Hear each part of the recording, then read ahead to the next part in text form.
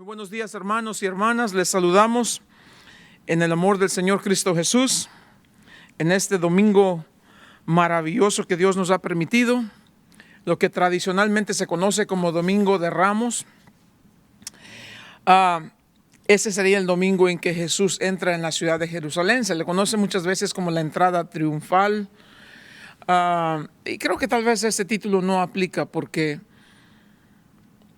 muchas razones.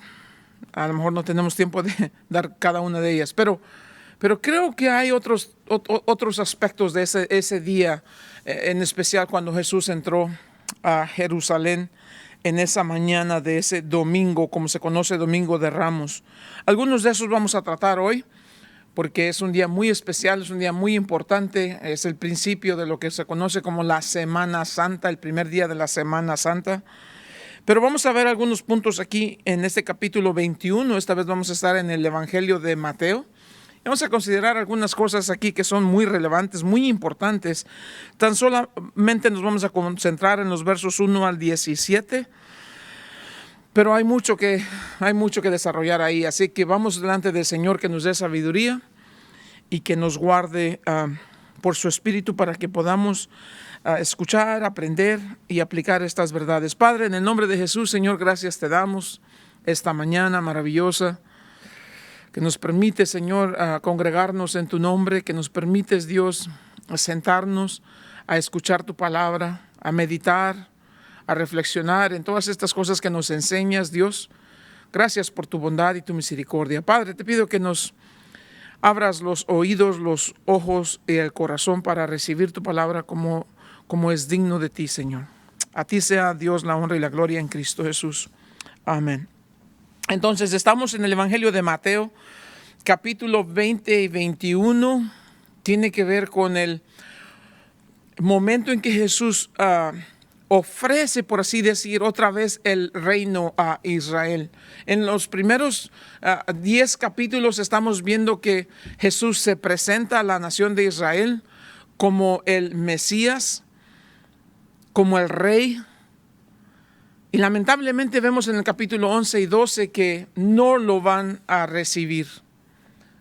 No lo reciben como el rey de Israel. Jesús, vamos a escuchar de Juan el Bautista que dice: arrepentíos porque el reino de los cielos está cerca. Y luego Jesús va a usar ese mismo mensaje: arrepentíos porque el reino de los cielos está cerca, el reino de Dios. Pero también vemos que después de eso, Él va a enviar a sus discípulos con ese mismo mensaje, primero a los 12 apóstoles y después va a enviar a los 70 con el mismo mensaje. Pero vemos que el pueblo de Israel no lo van a recibir. Es decir, mucha gente sí vinieron a recibir a Jesús como merecía, pero el liderazgo de Israel, los líderes religiosos de Israel en representación de la nación, en el capítulo 11 y 12 lo van a rechazar y finalmente van a hacer lo impensable. En el capítulo 12 le van a decir que esos milagros, esos prodigios, esas señales que Jesús ha hecho, los ha hecho por el poder de Satanás. Y prácticamente han dicho: no queremos nada de ti, no queremos saber nada de ti, y lo rechazan. De ahí en adelante vamos a ver que Jesús va a comenzar en el capítulo 13 en adelante, va a comenzar a preparar a sus discípulos para el día en que Él va a ir a la cruz. Cuando llegamos aquí al capítulo 21, entonces ya estamos en esta última etapa donde Jesús va, en cierta manera, a ofrecer de nuevo el reino de los cielos, el reino de Dios a la gente. Obviamente no lo van a recibir. Como digo, este es el mensaje que han escuchado después de Juan el Bautista. Van a escuchar este mensaje de los labios mismos de Cristo Jesús y obviamente no va a ser. Juan el Bautista dice: arrepentíos porque el reino de los cielos se ha acercado. Jesús va a hacer eco a eso, no lo reciben. Entonces aquí estamos en este capítulo 21, 20 y 21 como el último intento para que ellos recapaciten y reciban. Y tenemos esta profecía. Si leen el libro de Daniel en el capítulo 9, versos 24 y 27, se nos dice que habría un cierto número de años que tendrían que pasar para que este momento llegara a cumplirse. 173,880 días, dijo Daniel, desde la orden dada en Nehemías capítulo 2 para que los que estaban en la cautividad en Babilonia salieran y regresaran a Jerusalén a reedificar el templo y la ciudad. Desde el día en que fue dada la orden por el rey Artajerjes, desde ese momento hasta este día dice que iba a venir, que iban a hacer ese tiempo, esa cantidad, 490 años. Y vamos a ver que de verdad 483 años y luego 7 años más, o sea, 7 días más de una semana. Una profecía, pero de verdad importantísima. En capítulo 9, versos 24 y 27 de Daniel, ustedes lo pueden leer a su propio tiempo. Así que 173,880 días después, Jesús va a entrar a la ciudad de Jerusalén. En este día, abril 6 del año 32. Marzo 14 del 445 antes de Cristo Jesús. Y sin embargo, en el día exacto se va a cumplir a los 173,880 días. Aquí está Jesús entrando a la ciudad de Jerusalén. Una prueba más de que la profecía bíblica se cumple tal como Dios nos dijo. Pero leemos capítulo 21. Cuando se acercaron a Jerusalén, vinieron a Betfage, al monte de los olivos.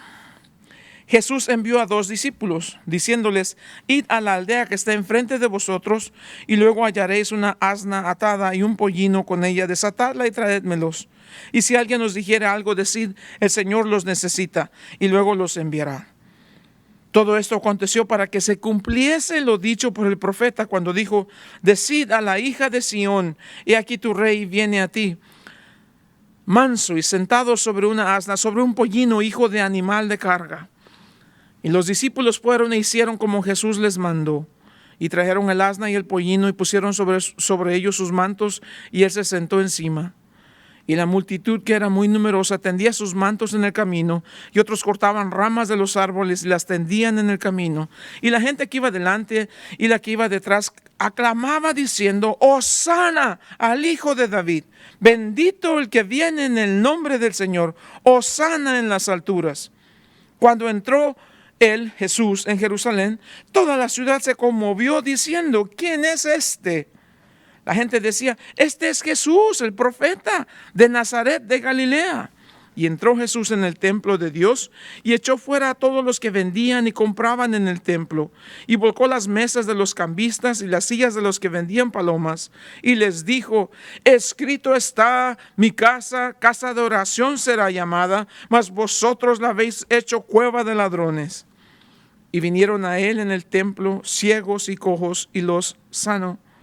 Pero los principales sacerdotes y los escribas, viendo las maravillas que hacía, y a los muchachos aclamando en el templo y diciendo: Hosana al Hijo de David, se indignaron y le dijeron: ¿oyes lo que estos dicen? Y Jesús les dijo: sí. ¿Nunca leíste de la boca de los niños y de los que maman perfeccionaste la alabanza? Verso 17, uno de los más tristes. Y dejándolos, salió fuera de la ciudad a Betania y posó allí. Entonces, la profecía decía que en esta fecha precisamente tenía que entrar Jesús a la ciudad de Jerusalén. Al principio de su ministerio, Juan nos dice eso, en un día que se celebraba el día de la Pascua. Jesús entró al templo. En esa semana va a entrar al templo y va a limpiar el templo por primera vez. 3 años después, viene en la misma semana en que se celebra la Pascua. Ahora digo esto porque en la semana de la celebración de la Pascua, en la ciudad de Jerusalén había una gran cantidad de personas, judíos que se habían esparcido por todas estas regiones, tenían el grandísimo honor y privilegio de que si podían, tendrían que regresar a la ciudad de Jerusalén para participar en esta celebración de la Pascua, conmemorando el día en que Dios los había librado de la esclavitud en Egipto. Eso es lo que celebran ellos en la Pascua. Donde quiera que estuvieran tenían que hacer el viaje, la peregrinación a la ciudad de Jerusalén. Para ese tiempo entonces en la ciudad de Jerusalén se estima que había más de 1 millón de personas. Entonces puedes imaginar esto. Acá, al bajar del Monte de los Olivos, Jesús está mirando la ciudad de Jerusalén y es un gentío que no se puede contar. Le ordena a sus discípulos que vayan a la comunidad vecina y que traigan este pequeño burrito, este asno que está atado ahí con su madre. Un pequeño burrito que nadie ha montado. Y ahí está atado. Vean y me lo traen. Y si el dueño les pregunta, díganle que yo lo necesito. Y van ahí y lo hacen exactamente como Jesús les dijo que iba a suceder y le traen este burrito, este asno, que nadie nunca lo había montado. Y le van a preparar y van a ver a Jesús montar ese burrito. Y ahí va a comenzar la procesión de Jesús con sus discípulos. Para este tiempo ya son bastantes, más de 100. Y los que lo han escuchado y los que han visto los milagros y los que han visto estos prodigios y señales, obviamente ya la multitud es enorme. Y ellos van entrando ahí con Jesús, Jesús montando en ese burrito. La gente lo ve venir. Ya saben quién es él, la mayoría. Los que preguntan quién es este son los que han llegado a visitar porque no saben lo que está pasando. Los que ya lo han visto por 3 años y los que ya estuvieron ahí la primera vez cuando entró al templo y limpió ese templo y hizo todas estas cosas, ahora están viendo que viene. Y cuando ellos comienzan a cantar de esta manera, Hosana, Hosana al que viene, bendito el que viene en el nombre del Señor, ellos vienen cantando del Salmo 118. El Salmo 118 es parte, comenzando en los Salmos capítulo 113 al capítulo 118, son cánticos de alabanza. Se llaman los Salmos Halel. Y se llaman Halel porque Halel significa alabanza. Son cantos de alabanza. Así que ahí viene la gente que lo están mirando que va entrando en el burrito y le van a comenzar a cantar con estos cantos. Ahora, el hecho de que él viene montado en un burrito es cumplimiento de la profecía. En el libro de Zacarías dice que iba a ser exactamente de esta manera. Es importante cuando vemos todas estas cosas aquí, el cumplimiento. Zacarías capítulo 9, verso 9, dijo exactamente iba a ser de esta manera. Déjenme les leo para que vean cómo la profecía se cumple al pie de la letra. Obviamente porque Dios es Dios soberano y tiene el control absoluto de todas las cosas. Dice, alégrate mucho, hija de Sión, da voces de júbilo, hija de Jerusalén, y aquí tu rey vendrá a ti justo y salvador, humilde y cabalgando sobre un asno, sobre un pollino, un asno joven, un burrito joven, hijo de asna. Es exactamente, cuando lo ven, saben de qué se trata. Aquellos que lo han seguido, aquellos que han abierto su corazón y aquellos que han escuchado el mensaje. En capítulo 5, 6 de Mateo, el Señor les dice, oíste que os fue dicho, mas yo os digo.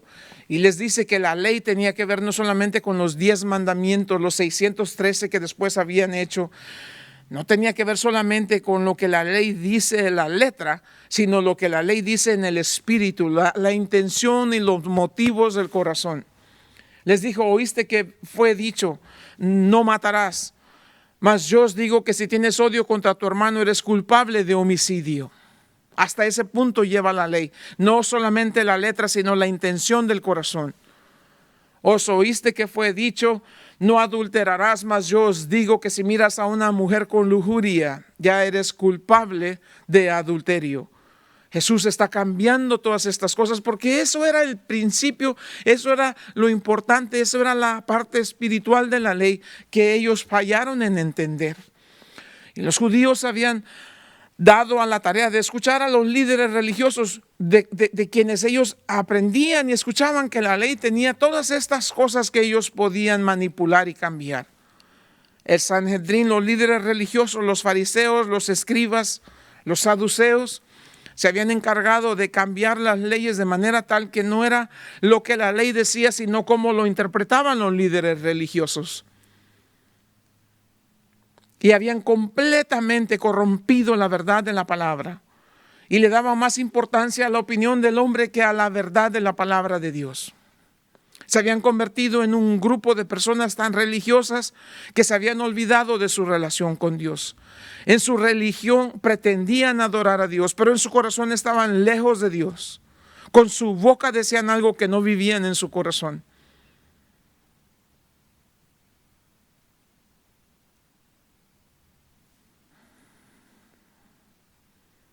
Sabemos lo que eso significa, ¿no es cierto?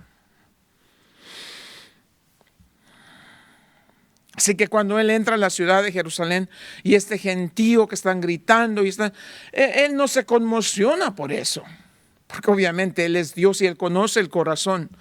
A Jesús no le impresiona lo que sale de unos labios impuros. A Jesús le impresiona la actitud de un corazón humilde, un corazón contrito y humillado. Aun cuando la gente cantaban y hacían todas estas cosas, algunos se quitaban sus capas y las tendían en el piso. Otros que no tenían cortaban una rama de palmera y la tendían en el piso. Rama de cualquier árbol lo tendían en el piso.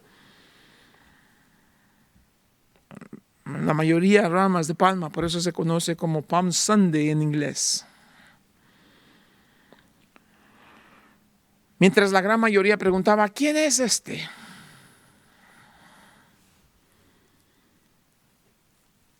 La ciudad se conmovió. En cierta manera dice que la ciudad se cimbró con la entrada de este humilde carpintero. Así lo ven, así lo reconocen. Este humilde carpintero que creció en Nazaret, en Galilea. Pero el verso 12 nos dice que allí no termina la historia. ¿Quién es este? Este es Jesús, el profeta. Es lo único que saben de él, porque él ha dicho cosas y las han visto el cumplimiento. Dicen, él es solamente un profeta. ¿Y cuánta gente conocen a Jesús como un profeta?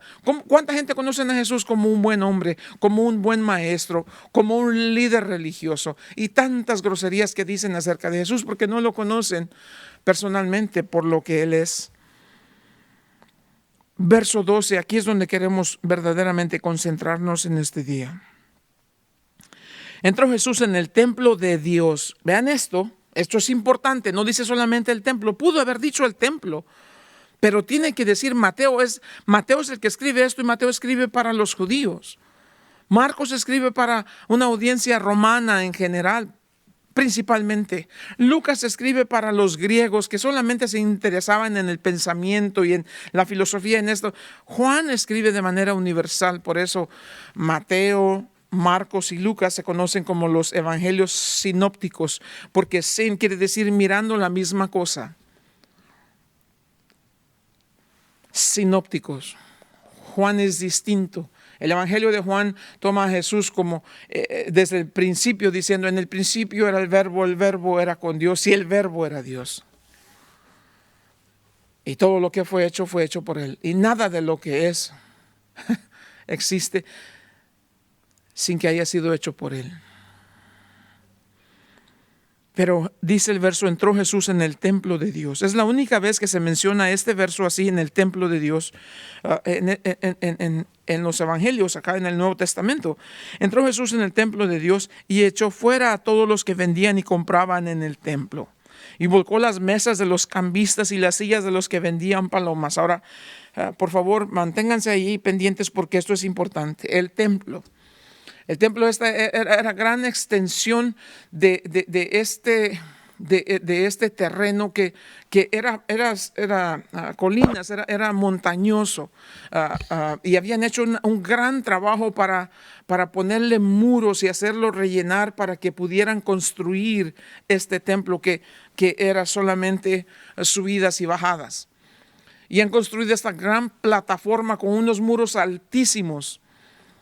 Y en toda la expansión de este terreno van a construir en el centro lo que es el templo y en la parte de atrás lo que se llama del templo, lo que se llama el lugar santo es el templo y el lugar santísimo, que es este lugar donde tenían el arca del pacto.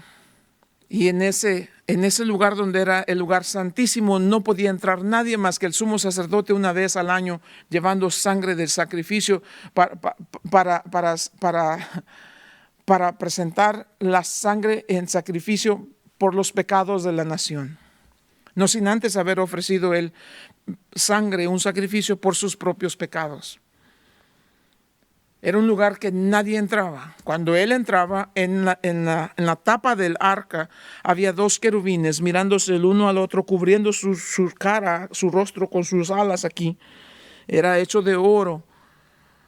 Y en el centro de esos 2 querubines que se miraban así uno al otro, en el centro se le llamaba el lugar donde se rociaba la sangre, se hacía propiciación. Y ahí se esparcía la sangre para presentar por los pecados del pueblo. Entre estos 2 querubines, en ese momento que el sumo sacerdote esparcía la sangre entre estos 2 querubines, caía la gloria de Dios en ese lugar y se llenaba de humo el lugar. Al mirar eso, el pueblo podía mirar el humo y el sumo sacerdote entonces salía vivo. Si el sumo sacerdote salía vivo, era de que, gloria a Dios, el Señor aceptó nuestro sacrificio. Se dice, algunos dicen que no, unos dicen que sí, pero se dice que el sumo sacerdote llevaba un lazo atado a su cintura y en su vestido, en la parte de abajo de su vestido, llevaba estas campanitas para que si estaba en movimiento se oía que estaba bien. Porque nadie podía entrar. Si alguien entraba ahí y no estaba purificado correctamente y no era el sumo sacerdote, moría en el instante. Porque la gloria de Dios no es algo que podemos tratar con inmundicia y con desprecio. Entonces, si oían que se calmaba el ruido y no se oían las campanitas, entonces los otros sacerdotes que estaban afuera en lo que se conoce como el templo, tenían que jalarlo con una soga. A las afueras del templo, como les digo, este cuadro, este rectángulo aquí en la parte de atrás, el lugar santísimo, a las afueras del templo estaba lo que se conocía como el atrio de las mujeres, donde hasta ahí podían entrar a ciertas personas solamente, no todos, hasta ahí se quedaban solamente, y más adelante el atrio donde estaban los levitas. Afuera de esto, en la parte alrededor de todo el cuadro, estaba lo que se conocía como el atrio de los gentiles. Y había esta pequeña cerquita que guardaba el templo, el silo, que es el templo, para que ningún gentil pasara. En esa cerquita había letreros que decía, cualquiera gentil que se atreva a pasar aquí lo hace a riesgo de su propia vida, con pena de muerte. Entonces los gentiles podían entrar al atrio aquí afuera, pero jamás se atrevían a cruzar de ahí. Los gentiles quiere decir los que no eran judíos de nacimiento. Era en este atrio de los gentiles que los líderes religiosos en ese tiempo, el sumo sacerdote Anás y Caifás, tenían este negocio, una maquinaria para hacer dinero. Estos 2 hombres eran de lo más corrupto, eran una mafia de mafias. En estos días en que todo hombre tenía que venir y presentar su sacrificio, todos, en estos días los sumos sacerdotes tenían estas mesas con estos otros sacerdotes que eran sus empleados prácticamente, y ellos se encargaban de observar que el animal fuera limpio y sin mancha. Y por lo regular no aprobaban ningún animal que no viniese de los animales que ellos tenían a pastores que les cuidaban estos animales. Cualquiera persona no podía traer su propio animal nomás porque decía, no, sabes, no pasa la inspección. Y entonces, ¿qué hago? Tengo que presentar mi sacrificio. Bueno, aquí tenemos animales autorizados. Este era el negocio que estos sinvergüenzas hacían. Entonces, cuando traían un corderito, tenía que ser un corderito macho, sin mancha, sin defecto, pues traían su corderito. No pasa. ¿Por qué? Pues porque está flaco. Le ponían cualquier pretexto. Mira, tiene un ojo medio chueco, lo que sea. Entonces tienes que comprar uno de nuestros animales que sí son autorizados.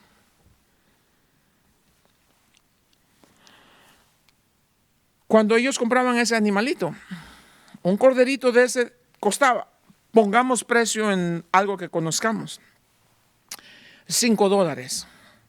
Ellos decían, bueno, aquí tenemos animal, estos son limpios, estos sí pueden y son verdaderamente los únicos que son aprobados para esto. Ya los hemos inspeccionado. En vez de $5, estos se lo vendían en $50. Y así hacían negocio. A los más pobres pueden presentar una tortolita, un par de tortolitos o pichones como le llamamos, o palomas. Si costaba $1, estos los vendían en 10. O sea, eran una mafia. Era lo único. Allí mismo en ese atrio por fuera había este portón que le llamaban La Hermosa. Y por ese portón afuera se sentaban estas personas cojos, ciegos, mudos, mancos, paralíticos, todo tipo de personas enfermas. Porque obviamente si habías ido al templo a presentar sacrificio y veías a estas personas, pues serías muy injusto si no les das algo. Pues estos no los permitían ni siquiera cerca. Para ellos ver a una persona enferma de estas características decían que era persona que estaban en pecado. Lean eso en el capítulo 9 del Evangelio de Juan, al hombre que era ciego. Y porque era ciego le dijeron, es que tú naciste con pecado. Cero compasión. A ese momento llega Jesús. Hay una gran algarabía, hay un gran movimiento, hay una gran conmoción, hay gente que no se puede contar. Hay mucho movimiento. Y en el templo hay una gran mafia que está abarrotando y que está verdaderamente llenando el templo de Dios con inmundicia. Hacían dinero a más no poder. La gente que venía de fuera, si venían de otro país y traían dinero que no era el dinero que ellos aprobaban ahí, se lo cambiaban con altos intereses.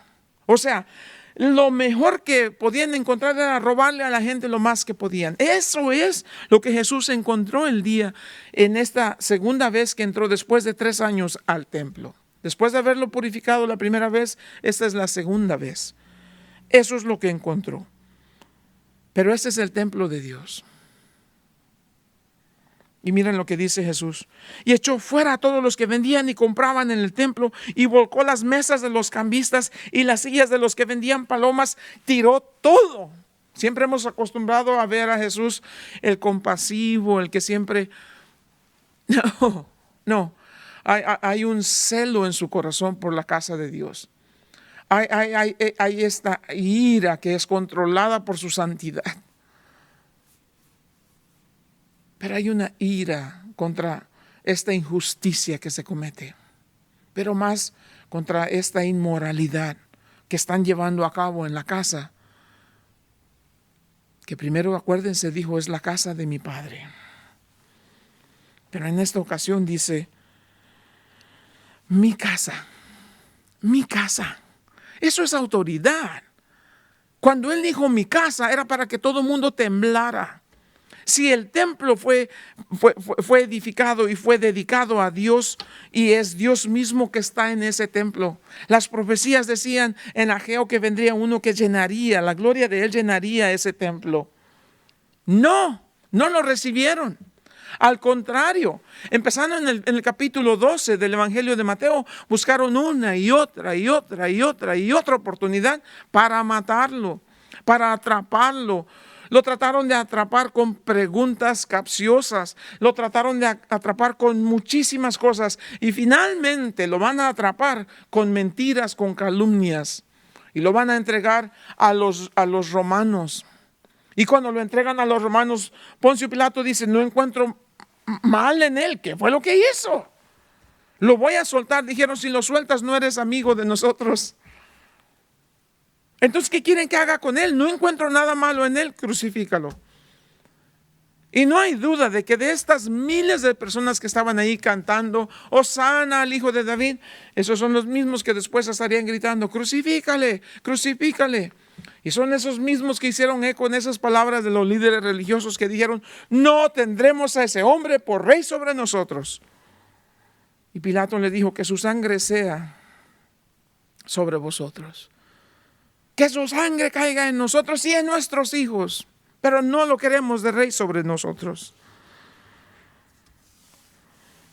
Verso 13, y les dijo, escrito está: mi casa, casa de oración será llamada, mas vosotros la habéis hecho cueva de ladrones. ¿Qué es lo que Dios quiere ver en su casa de oración? Lo que Dios quiere ver es misericordia. ¿Qué es lo que Dios dice del hombre o al hombre? ¿Qué es lo que Dios le dice que es bueno y que requiere de nosotros? Hacer justicia, amar misericordia y ser humildes ante Dios.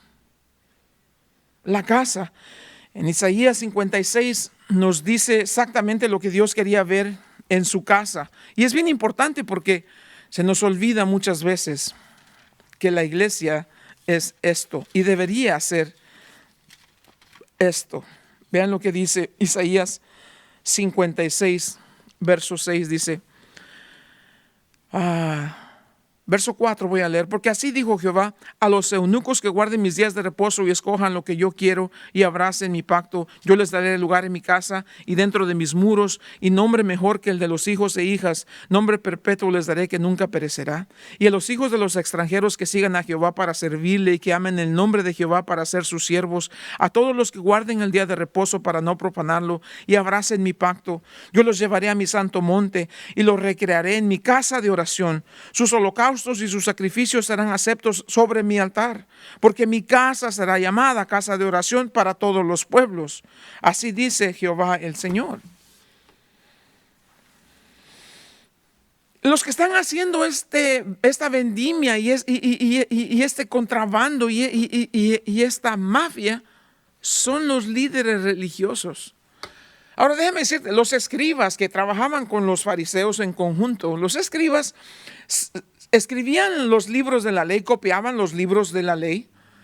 Los primeros 5 se los memorizaban letra por letra, palabra por palabra.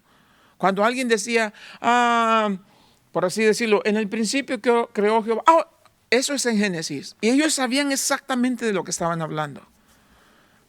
Mucha Biblia aquí, mucho vacío aquí. Qué triste. Hoy en día vemos lo mismo suceder. Me rompe el corazón cuando veo estas personas hincadas de rodillas caminando por una larga distancia, algunos arrastrándose, algunos, principalmente en mi estado de Guerrero, en estas procesiones que hacen en la Semana Santa, con estos instrumentos se están flagelando, se están castigando a más no poder, sangrando de sus propios cuerpos.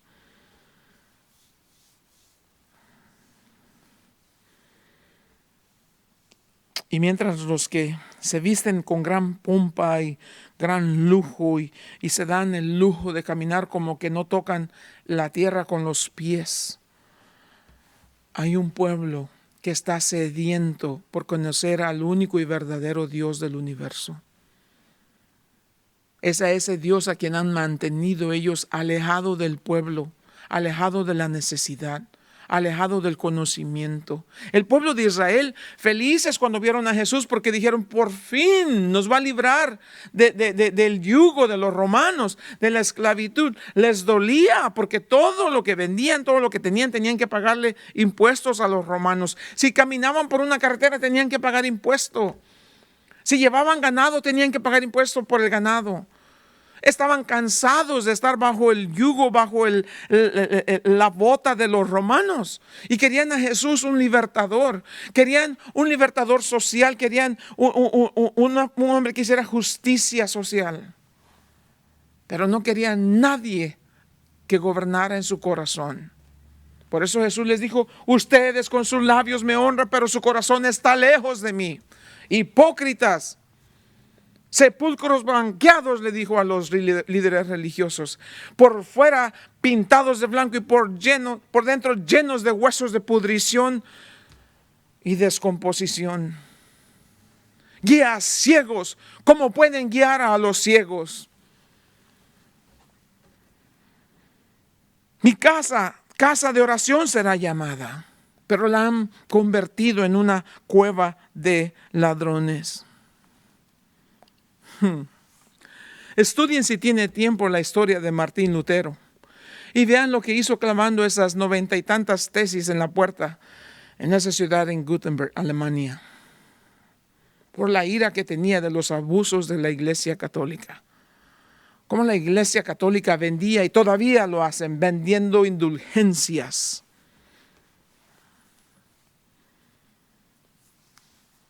Pero menos enseñarle al pueblo a buscar a Dios. La necesidad del hombre ayer, hoy y mañana va a ser la misma. La necesidad más grande del hombre es la necesidad de una relación personal con Cristo Jesús como su Señor y su Salvador. El hombre está sediento, está hambriento de Dios en su corazón. Y las religiones del mundo lo que han hecho es han apartado al hombre de Dios, lo han llevado por un camino distinto a Dios. Le han ofrecido el camino ancho de la perdición, pero jamás le van a decir al pueblo, al hombre, a la mujer, que lo que necesitan es la presencia continua de Dios en sus corazones. Es una bola de maleantes, mafiosos, ladrones que hoy en día siguen haciendo negocio con el nombre de Dios y enviando a miles al infierno.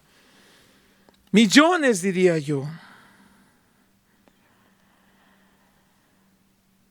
Aquí está la prueba clarita. Estos hombres llenando sus bolsillos de dinero, y el próximo verso nos dice, y vinieron a él en el templo ciegos y cojos y los sanó. ¿Y por qué los líderes religiosos no se preocupaban por ellos? Ni les hablaban, ni pasaban cerca de ellos. ¿Por qué? Porque no había negocio allí.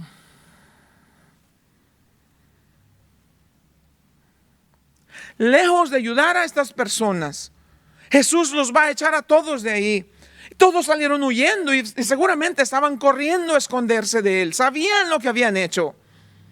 Nadie le increpó ni nada de esto, porque estaban huyendo, porque sabían que su maldad había sido expuesta delante de toda la gente. Perdón, pero los que no corrieron fueron estos. Ni podían muchos de ellos. Y cuando la gente que estaban atestadas del pecado, estos maleantes, estos mafiosos, cuando ellos salieron huyendo de Jesús, vean esto, los malos corriendo lejos de Jesús, los necesitados caminando hacia Jesús, vinieron a él en el templo ciegos y cojos. ¿Y qué hizo Jesús con ellos? Los sanó.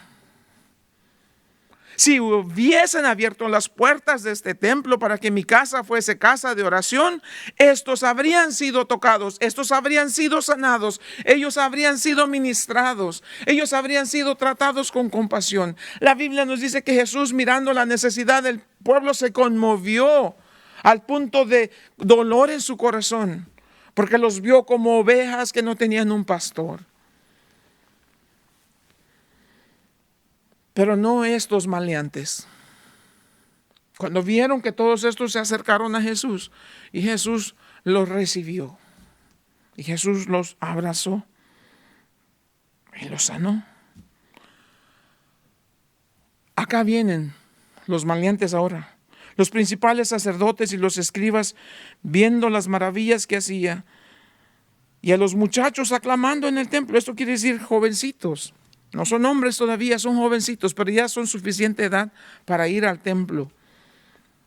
Podemos decir adolescentes cantando a Jesús. Cuando vieron los líderes religiosos que Jesús abrazaba y sanaba a estos ciegos y cojos y todos ellos, y a los jovencitos cantando, es muy claramente imposible casi ver a jovencitos que sean, ¿cuál es la palabra? Ateos. Los niños no tienen problema en creer en Jesús. Muy raro vas a encontrar a un niño de 8, 10, 11 años que diga, yo no creo en Dios. Muy raro. Si se les enseña, obviamente. Por eso la importancia de enseñarlos. Ellos están cantando, Hosana al Hijo de David. Los líderes religiosos se enojaron. Vean esto. Vean la arrogancia de estos hombres. Vean la ignorancia, la arrogancia, la inmundicia de estos hombres. se indignaron y le dijeron a Jesús: ¿oyes lo que estos están cantando? En otras palabras, ¿por qué les permites que te adoren? Jesús, esta es su casa. Esta es su casa. Y cuando le cantan y le adoran, se molestan porque le están cantando. Y Jesús dice: ¿sí? ¿O es que acaso nunca leíste de la boca de los niños y de los que maman perfeccionaste la alabanza? Eso es en el Salmo número 8. Ese salmo hablaba del Mesías. Salmo 118, que dice: Hosana, que viene el hijo de David. Salmo 18 también hablaba del Mesías. Vean lo que sucede aquí para que vayamos terminando. Cuando Jesús entra al templo, va a arrojar, va a echar afuera lo inmundo, lo impío, lo inmoral. Y va a hacer lo que debió haber tomado lugar siempre. Es ayudar al menesteroso, recibir al necesitado, tocar al que está quebrantado de corazón. Y permitirle a los niños que crezcan caminando y conociendo y adorando a Dios, porque Dios es Dios y lo conocen y saben que Él los ama. Pero el grupo religioso, los mafiosos, los que están al control de esto, lejos de decirles: hicimos mal, Señor, perdónanos, estamos en tu casa, hemos venido a corromper tu casa y de verdad perdónanos, hemos entendido y estamos no. Cuando por primera vez en la casa de Dios se hace lo que se debió haber hecho siempre, por primera vez en muchos años, por primera vez los que están en control del templo, los líderes religiosos que han secuestrado accionar estas actividades del templo, se molestan porque ¿por qué están adorando al dueño de la casa?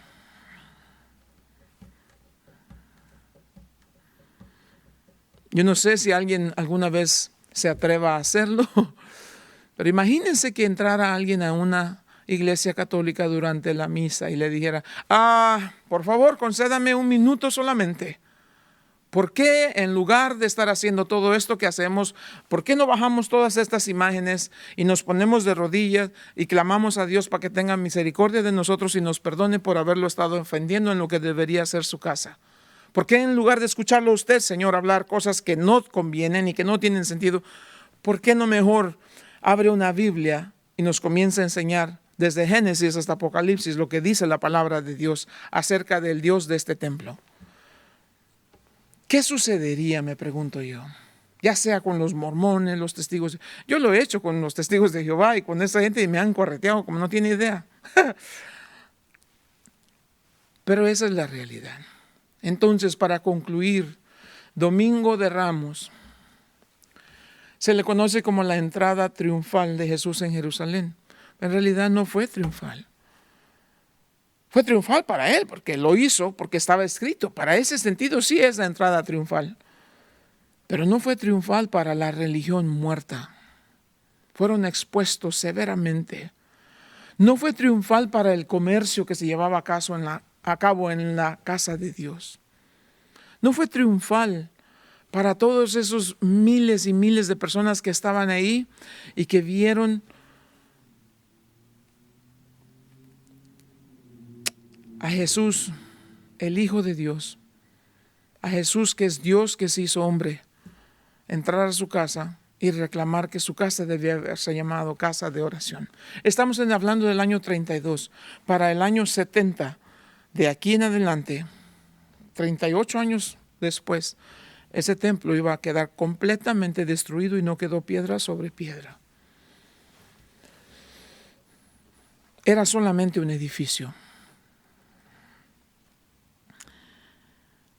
La realidad es que es esta. Jesús está buscando. La Biblia dice que ahora nosotros, los creyentes, somos el templo del Espíritu Santo. La iglesia no es un edificio. La iglesia es el número de personas que se congregan en el nombre de Jesús. Y cuando nos congregamos en el nombre de Jesús y Jesús entra en el lugar donde nos congregamos, como en este edificio, me pregunto si Jesús entrara ahorita aquí, diría: Me encanta venir a este lugar, porque esta es una casa de oración. Pero si en verdad nosotros somos el templo del Espíritu y usted conoce de Dios, tiene una relación con Dios por Cristo Jesús, porque puso su fe en Él, sabe que Jesús murió por sus pecados, fue sepultado y resucitó al tercer día y ascendió, está sentado a la diestra del Padre. Si usted ha recibido por fe a Jesús como su Señor y su Salvador, me pregunto qué pasa cuando Jesús quiere tener intimidad con nosotros y viene y nos busca. Me pregunto si lo recibimos en nuestro corazón cuando queremos tener comunión con Él por medio de su palabra. Cuando Él quiere hablarnos en la mañana. Me pregunto cuándo fue la última vez que nos sentamos a decirle, Señor, en este día lo único que quiero es que limpies esta casa de tu Espíritu y que eches fuera lo que no es tuyo, Señor. Y que toques a este ciego, a este cojo. Que toques este corazón. Y me enseñes cuál fue el propósito de tu venida. La Biblia dice que Jesús vino a buscar y a salvar lo que se había perdido. Que este es el día que algunos de ustedes, en el nombre de Jesús, abran su corazón en este momento y digan, Señor Jesús, sé el Señor de mi vida, sé mi Salvador. Si esta gente te rechazó, yo te recibo, Señor. Yo quiero que seas mi Rey, mi Salvador. Y que quiero que entres en esta casa y te quedes y gobiernes aquí todos los días de mi vida. Porque quiero tener esta intimidad contigo diariamente. Quiero conocerte más, amarte más y estar tan cerca de ti como nunca lo he estado. Padre, en el nombre de Jesús, Señor, te doy gracias por esta mañana. Te ruego, Dios, que continúes haciendo tu obra en los corazones de cada uno de nosotros. Perdónanos, Dios, si a veces lo que tenemos que ofrecerte es un corazón corrompido por las prácticas pecaminosas de lo que a veces somos y no queremos ser. Perdónanos, Dios, si en nuestro corazón hemos traficado, corrompido, negociado con las cosas de este mundo. Perdónanos, Dios, si en esta vida que tú nos diste hemos hecho esas cosas que a ti te ofenden. Perdónanos, Dios, si hemos contaminado nuestro corazón, que debe ser el lugar de tu trono. Perdónanos, Dios. Perdónanos. Lávanos con la sangre poderosa de Cristo Jesús y úsanos, Dios, para la honra y la gloria de tu nombre. En Cristo Jesús. Amén. Dios les bendiga, hermanos.